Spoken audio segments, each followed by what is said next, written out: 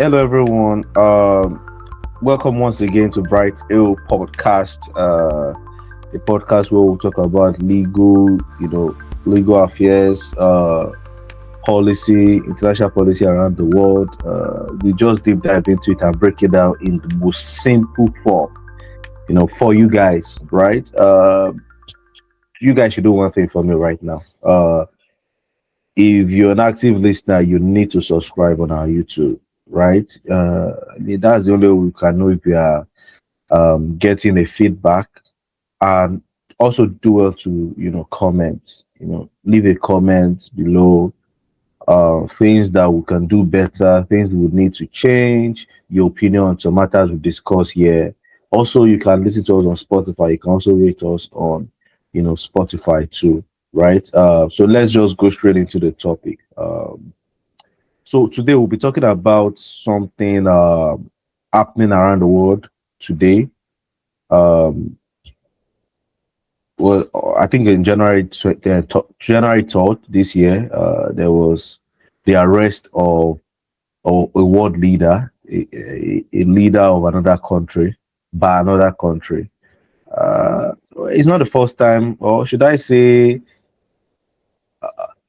it's not the first time that a company, will be interfering in the business of another country. But I think the reason why this one is quite different is that you basically like smuggled one president into another country, and time and time again, uh, all over the world, we've seen intervention from one country to another country. It can be maybe using their agencies, in a covert or overt operation in another country. These things happen. In fact, in Nigeria, we also had similar issue with the United States threatening to, threatening. Not even this one is not even something that is a public knowledge, right? Threatening to send bombs and army into the country if uh, the government of Nigeria is unable to find solution to this. So today we'll basically talk about what sovereignty is, the concept of it. We'll break it down, right? So it will be also very interactive with Isaac, right? Because myself and Isaac did a course in uni as an elective, and one of the earliest thing that one will be taught, and I even think all through the course, is about sovereignty, the concept of sovereignty. No, so sometimes when you look at maybe what you learned in school and what is really applicable in the real world, you'll be like, what did it happen for here? What's going on here? This is not in the syllabus. So actually, just help us break down the concept of sovereignty, what it means.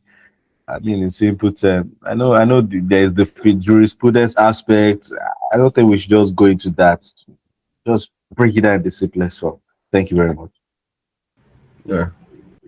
So sovereignty can be defined as a nation's power or authority to determine things within its territory. That's why even sometimes this sovereignty will sometimes extend to certain embassies of that country around the world. And there are some things that if you do that on that country's embassy, to be seen as an act of war. So sovereignty is a very, very vital principle that countries and abide by and abide by, sorry. So they have to respect that. I mean, it's international law. Respect each other, each country's sovereignty. You're not allowed to launch without permission. You're not allowed to do certain things in a country without permission. It's all the concept of sovereignty.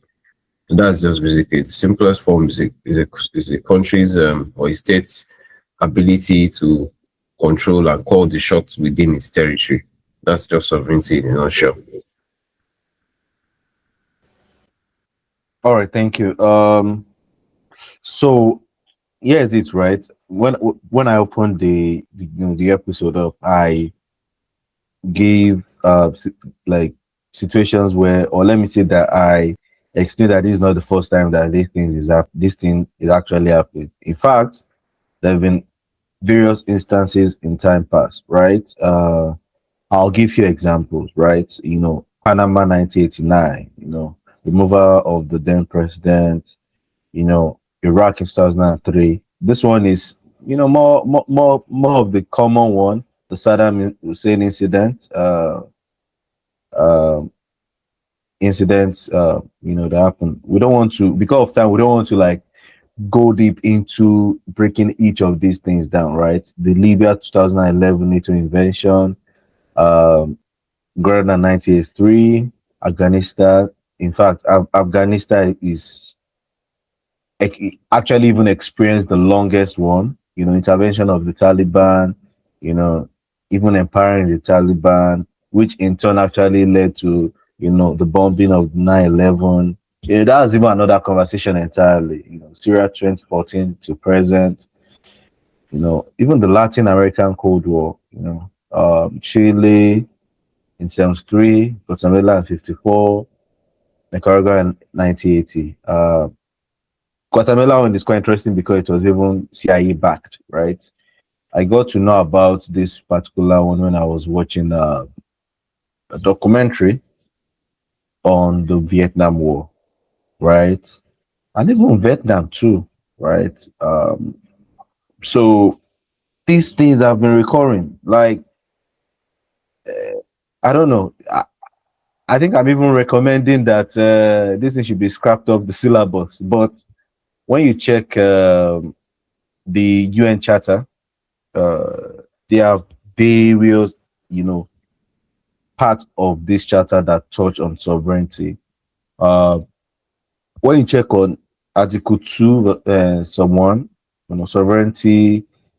sovereign equality of all states, it basically touched down on uh, how every state is equal. When I say state, I mean country. Basically, I mean every country is equal. But some are more There's some also, are more than others. yeah, I mean animal farm, right? Some are some are more I than know. others. Hey, like I said, when you do like because like international law in uni, you almost be talking. The teacher almost be teaching you all about sovereignty throughout the course. It's so important as a topic, but we all know the reality.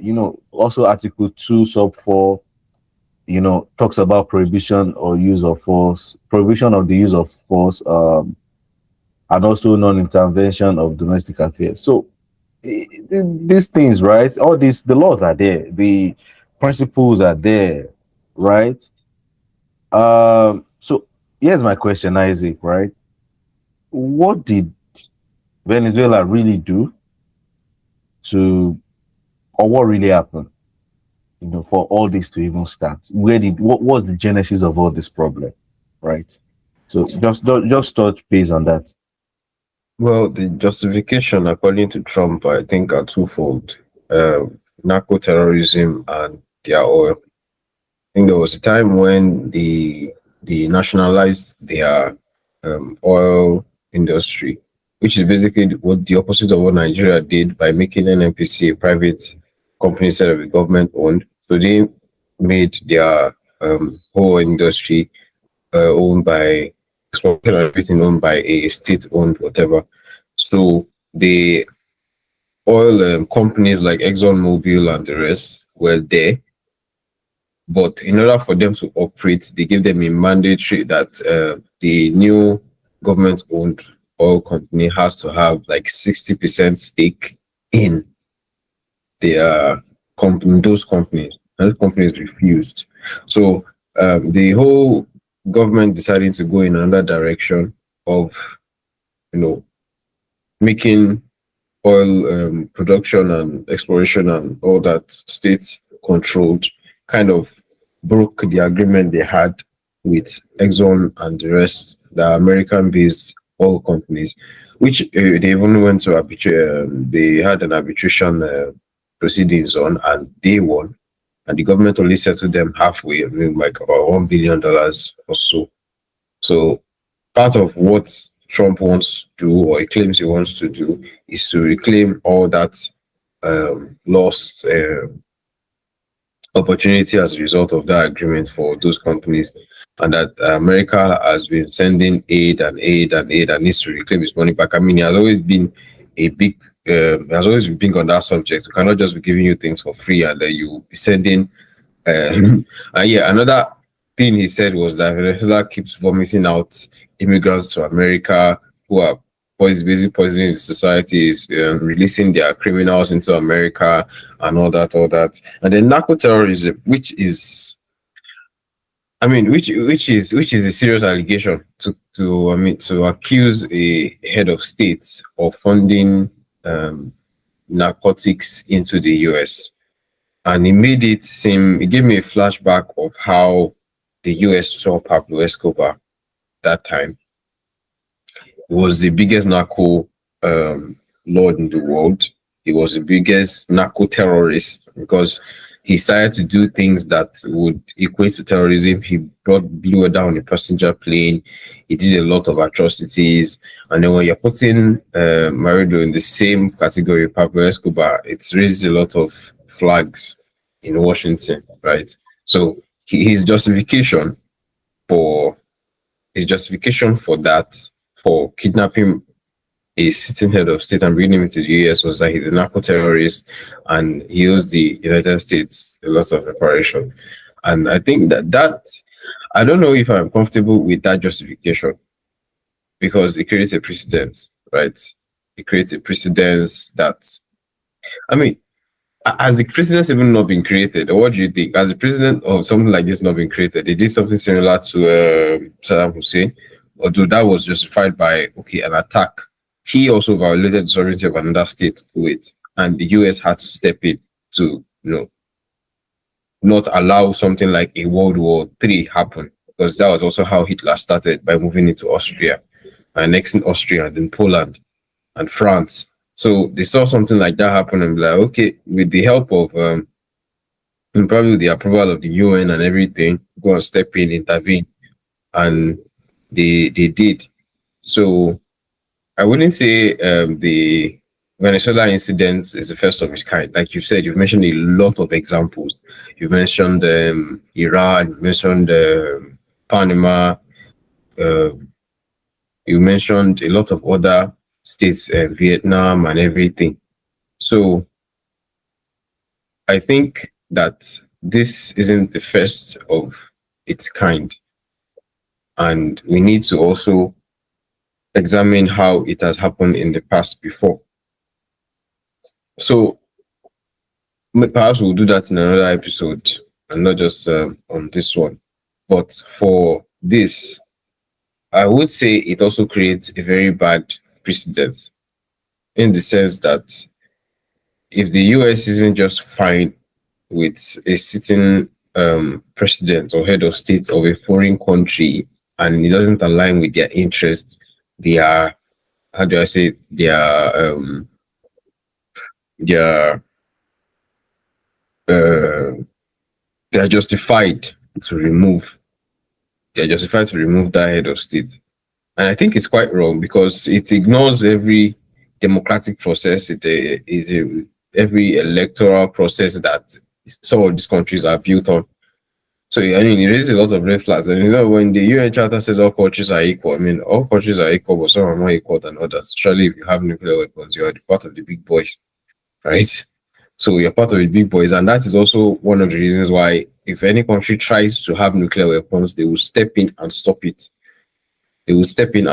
So please, Nigeria, if you're having any thoughts on that, I beg you in the name of God, just don't do that. I don't even trust in our competency to handle nuclear weapons, but that's enough. Another conversation for another day. But I also want to talk about how this has applied to Nigeria, right? In regards to Yeah, yeah. speaks.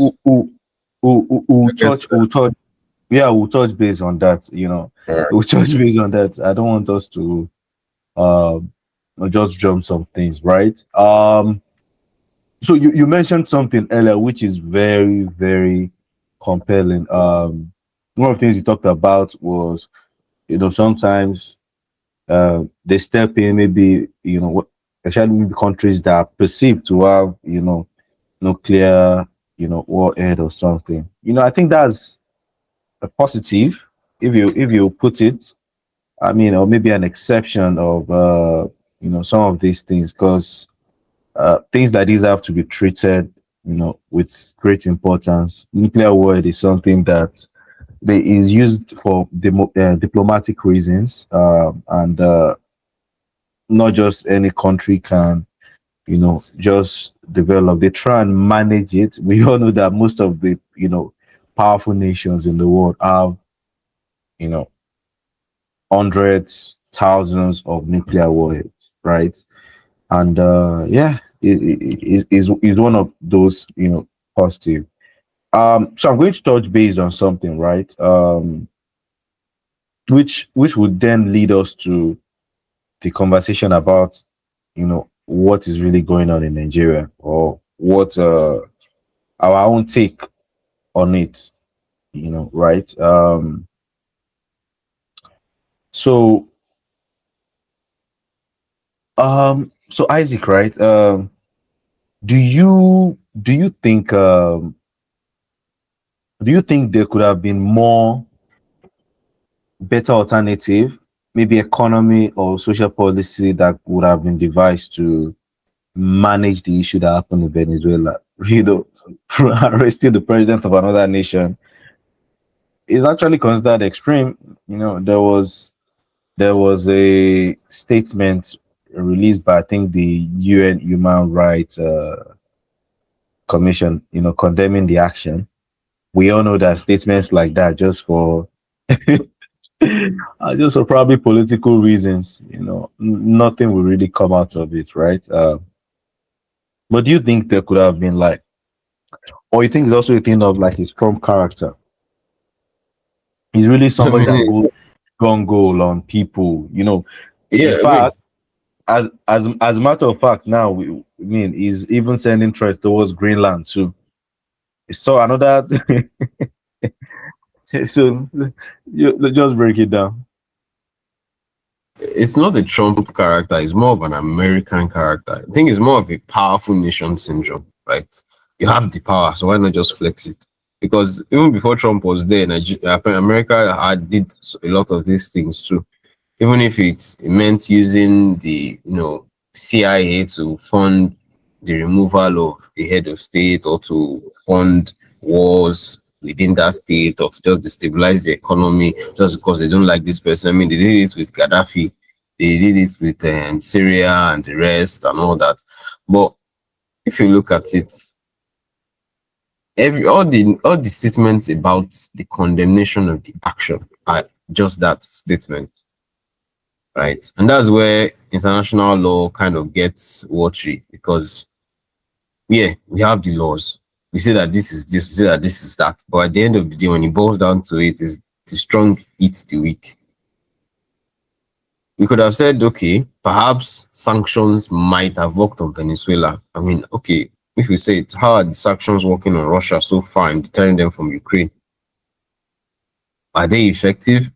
In fact, it's even counterproductive, because most of Europe require their energy and their oil from Russia. So while they are condemning Russia with one mouth and saying that, oh, what Russia is doing is bad, what Russia is doing is in front of the sovereignty of Ukraine, they are buying the oil of Russia. They are still buying the oil of Russia, if I'm not mistaken. And I mean, it was just laughable, because at that time they say, oh, and Russia, basically the US did the same thing Russia did, only more effectively. That is why the backlash isn't as much. Russia is dragging on a 3-year war now. Started in 2022, this 2026. Okay, now 4 years. It will be okay. The 3 years in February, right? And the US did what Russia should have done with Ukraine as early back as 2022, and he did it within one night, and effectively captured the leader. I mean, once they captured the leader, everything that's the end. And it wasn't that just that they captured the leader, the president of Venezuela. It was how effective they did it. It's almost scary to even think about when other nations see it. I mean, any nation that is an enemy of the US now, or any head of state that is an enemy of the US now, is probably hiding in a bunker somewhere. I won't mention the name of that particular country, but they are hiding somewhere. I mean, they just saw the most secure, or the assumably most secure person in an entire country, was taken, and there was no casualty on the side of the path that took him. It is even scary to think about. It's like charm. It's like you like, how is this even possible? You can't and it's scary to think about, because even the Delta Force that they used have also been assigned with a task. Like, okay, there was a time they did a kind of, I think I watched it somewhere, where they did a kind of exercise. I was like, okay, and Delta Force break into the White House and kidnap the American president. They did an exercise like that. They did. They were able, although the president wasn't on ground because they took him to his bunker or whatever, but they did that exercise, and Delta Force was able to infiltrate and break into the White House successfully. So they will either close those blind force spots for themselves. If they can do that for themselves, they can do that for any other freaking nation all over the world. No, Like, no, I no, don't no, think people no, no, no, no, no, no. Aso Rock is the most secured, place it's to do in the you people world. like, it's doing people like Have you have Blueface. you ever have you ever have you ever seen the video from Aso Rock before? That shows how secure the place is. They Jeez, play, they pipe down. play, they Aso Rock play. Villa. The Ah, they play. All right now. So I mean, and I think the reason why statements from the UN and other countries is also watching against the US is because they, you know, no one can actually go toe to toe with the US and win successfully. I mean, no country currently has that. They have the largest military budget in the world. The fact there's this scary fact, said they have the largest air force. The largest air force in the world is the US Air Force. The second largest air force in the world is the US Navy. So just kind of think about the enormity of their military strength, and they're also battle tested, right? And other than that, they are also quite rich. I mean, they pay off a lot of the US Security Council's bill. They can provide troops on ground for peacekeeping missions. They fund NATO, basically, things like that. So when the biggest guy in the room says, "Give me your banana," and you give him the banana, the rest of them can just whisper under their breath like, "That guy's a bully, Jerry," but there's nothing else they can do, basically. So that's unfortunately how it is. But then if we say that, okay, perhaps not kidnapping Morido was the best thing to do, sanctions perhaps, but I mean, how effective were sanctions against Russia as well? He will just keep getting money from Russia and China. And by the way, the same justification for invading Venezuela is also the same justification Putin had for invading Ukraine. That they were warming up to NATO. Venezuela was warming up to China and Russia, considered enemies of the US. So it was like a Cold War all over again. And they did not want something like that. They didn't want a Russian nuclear warhead in Venezuela, which can basically fly 30 minutes into the US within that period of time. So I mean, the fact that they just declared the Western Hemisphere their backyard, whether or not you have sovereignty, is your own play. So it's, at the end of the day, it's all about strength, really. Yeah, I'm tempted to even pose a direct question to you. I already have the last question I want to ask here, but I think it will just be more of like conversation now from here on. Well, I thought the I mean, according to so many people, like a lot of people, maybe some people thought the Cold War probably ended with the fall of the Berlin Wall. You know, I mean, so I don't know, man. It looks like since the '60s, Cold War is still going on. So much political philosophy, but I think that is more extreme. It's getting more extreme lately. Before it used to be like more. Or do you think it's just like you know, we're just at the height of media and publicity right now? In fact, the US does not only just carry out action; they also use social media. See what's going on TikTok. FAFO. This is a family friendly podcast. I wanted to cause. Yeah. Yeah. One thing Find I out think, and f around. You just yeah. just just show up. One thing I think was responsible for Trump's re-election or successful campaign and re-election was the use of alternative media other than legacy media. Right? He basically discarded the likes of CNN and legacy media, mainstream media, and went after alternative media, social media that went directly to the people. It will be unfiltered. It will be unchecked, and you can basically just tell the people what you want without any news reporter twisting your words. So he appealed directly to his audience base, and it worked. He went on podcast where they asked him candid questions, and he would just say, and Trump being the kind of person that he is, he will always have an answer for you. He will always have I an answer love for you.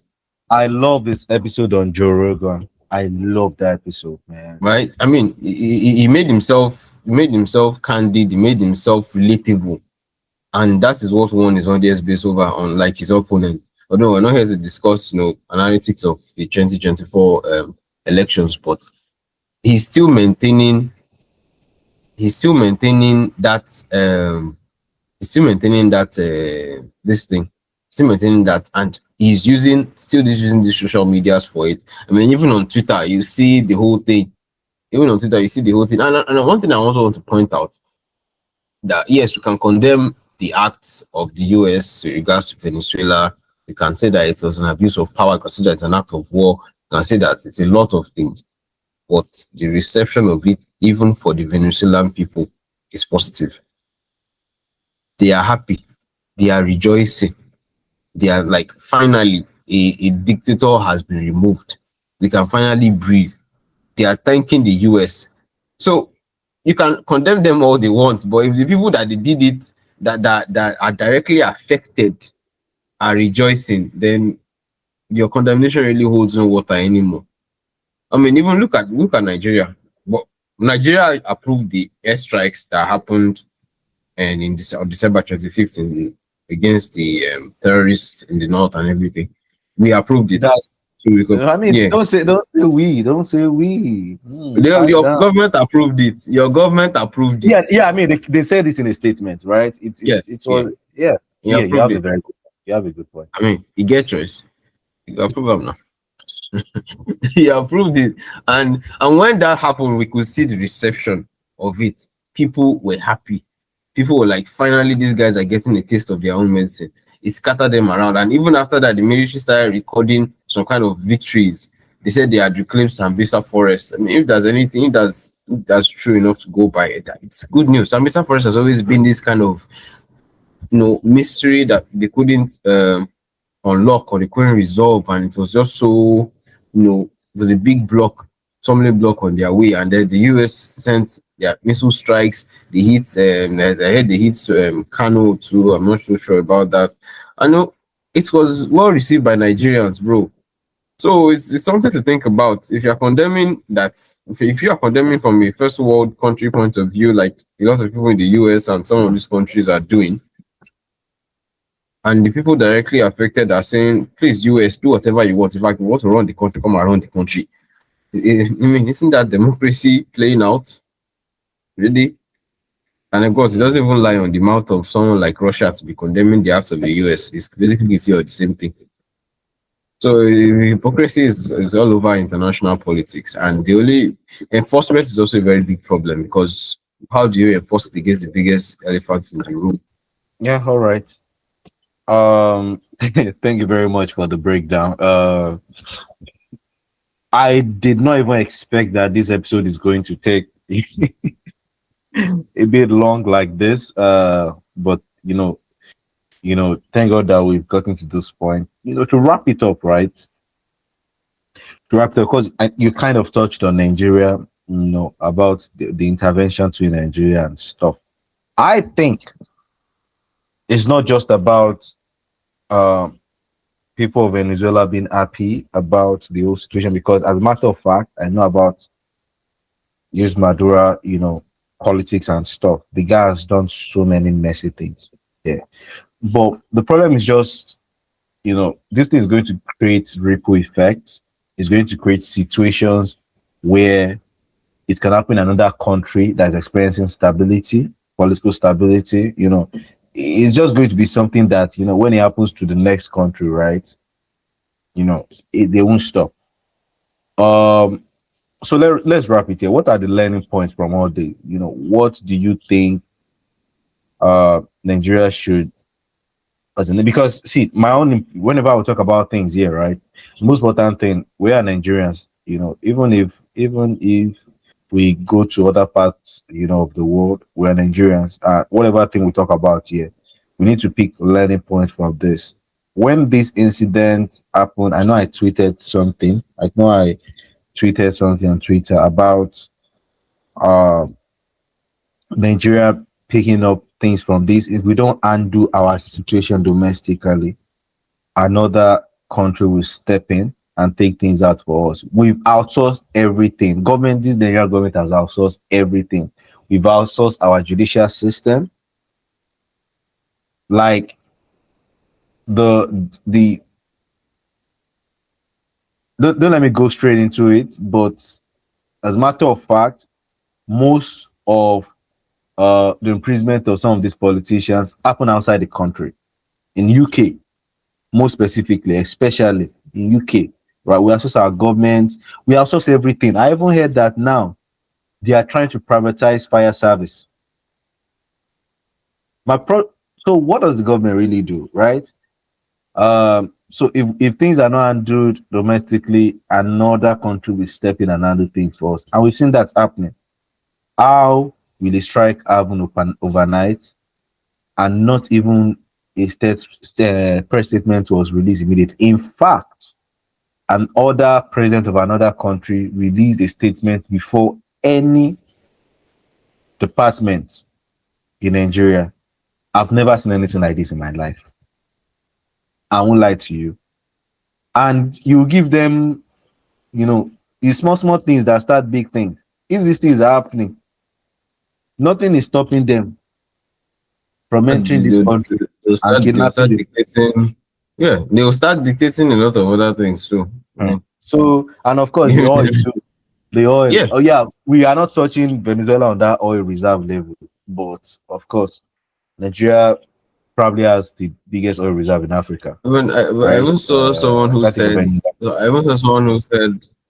I even saw someone who said that if the US can take their oil and just let them be able to live, it reminded me of Nigeria. Reminded me of Nigeria. When Nigerians are like, people are like, oh, they after our mineral resources. People were like, well, if they want it, they can take it as long as we can live like human beings. I mean, it's a fair trade. I mean, isn't that what the government is supposed to be doing? I mean, they're collecting your taxes, they're taxing you, or you're paying taxes, and they're collecting It money be and they're like making money off you. it, it be like Huh? Ogunwu. It be like Ogunwu. You sell your soul to the devil for Right. what? Damn. I mean, if people have gone to that point, I mean, if a foreign country can give them the life that they want, they're ready to let you take their oil, they're ready to sell their birthright to you because the government is even taking your birthright and not even giving you anything in return. At least the devil will even give you something. The government is not even doing anything at all. So that's why public ratings regards to things like this are going high, and the only person to blame is the domestic government at this point, because that's the price incompetency will get you. Because why should your government not even have? Oh well, I don't want to sound too political here. Mm. These things have a cause and effect, right? It has a cause and effect. It starts from somewhere and it ends somewhere. It doesn't spring out of the blue. America will not just come in and poke in and say they want to intervene in your own country's affairs without some kind of reason. So I mean, that's that. I mean, if we start breaking it down, right, we'll not, finish it in 1 hour. So let's just wrap it up here, guys. So thank you very much for tuning in. Tuning in is for radio. It's not Gen Z. It's not Gen Z like tuning in. That's radio. Thank you for listening. Thank you very much, you guys, for listening. Um, please just do well to listen. Subscribe. Please, you see that comment? Very important. That's what is going to keep us recording, waking up. weekly on a Sunday or a Saturday to record, right? So please Yeah, just and drop you a can comment. also, yeah, you Not can in give this. our not in our private chat, I beg. We get Also sometimes I'll drop be like, questions. Also yeah, you drop can also drop questions. questions. Yeah, You can please. maybe drop what you maybe a suggestion of what you like us to talk about in the next episode. You know, things Yeah, that are not yeah, so clear about the law, about geopolitics within the arena of law. That yeah, international doing, how applicable is this thing? Does it relate? Does it make any sense yeah, legally? We'll answer those questions for you. I mean, that's yeah. why we are Please here. Here so is in to the educate you in the guys. comment in the comment, guys. Like you can do both self, but I'm definitely if you even if you private chat us, we're going definitely going to reply and give you feedback or answer. So thank you very much, guys. Thank you very much, Isaac. This is another exciting episode. The movie episode, we got a lot of guys related to it. So see you next week. Bye.